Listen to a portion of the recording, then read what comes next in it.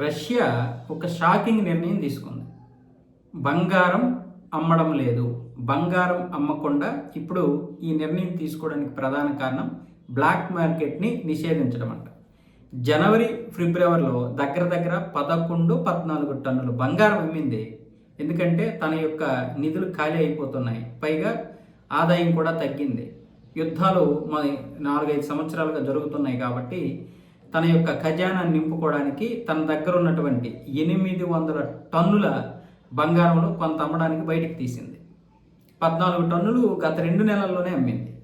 ఇప్పుడు ఈ యొక్క మార్చిలో కొంచెం తగ్గించింది. కానీ ఇప్పుడు ఏప్రిల్ నుంచి మేము ఇక అమ్మము. ఎందుకంటే ఇక్కడ కడ్డీల రూపంలో అమ్ముతుంటే షాడో మార్కెట్ ఎక్కువైపోయింది. విపరీతంగా నల్లధనం విపరీతంగా పన్నులు ఎగమెట్టే విషయంలోన ఈ బంగారం అంతా బయటికి వెళ్ళిపోతుంది. ఇదంతా కూడా ఇల్లీగల్గా జరుగుతుంది. దానివల్ల రష్యా విపరీతంగా నష్టపోతుందనే ఉద్దేశంతో రష్యా ప్రభుత్వం ఈ షాకింగ్ నిర్ణయం తీసుకుంది. ఇలా చేయడం వల్ల ఇంకా బంగారం ధర తగ్గిపోతుంది. ఇలా చేయడం వల్ల బంగారం అందక ఇంకా విపరీతంగా ధరలు పెరిగిపోతాయి.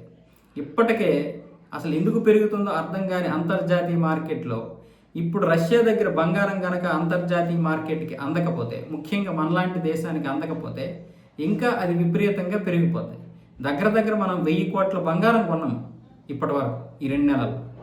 కానీ ఇప్పుడు ఈ బంగారం అందకపోవడం వల్ల ఇంకా ధరలు పెరిగిపోతాయి. ప్రపంచంలోనే 5 దేశాల దగ్గర అత్యధిక నిల్వలు ఉన్నటువంటి 5 దేశాల్లో రష్యా ఒకటి. మనకి రష్యా ఈ చమురు నిల్వలు తగ్గించిన తర్వాత, అంటే చమురు కొనడం తగ్గించిన తర్వాత మనం రష్యా దగ్గర ఏమొచ్చేసి ఈ బంగారు నిల్వలు ఎక్కువగా కొన్నాం. అదంతా లీగల్.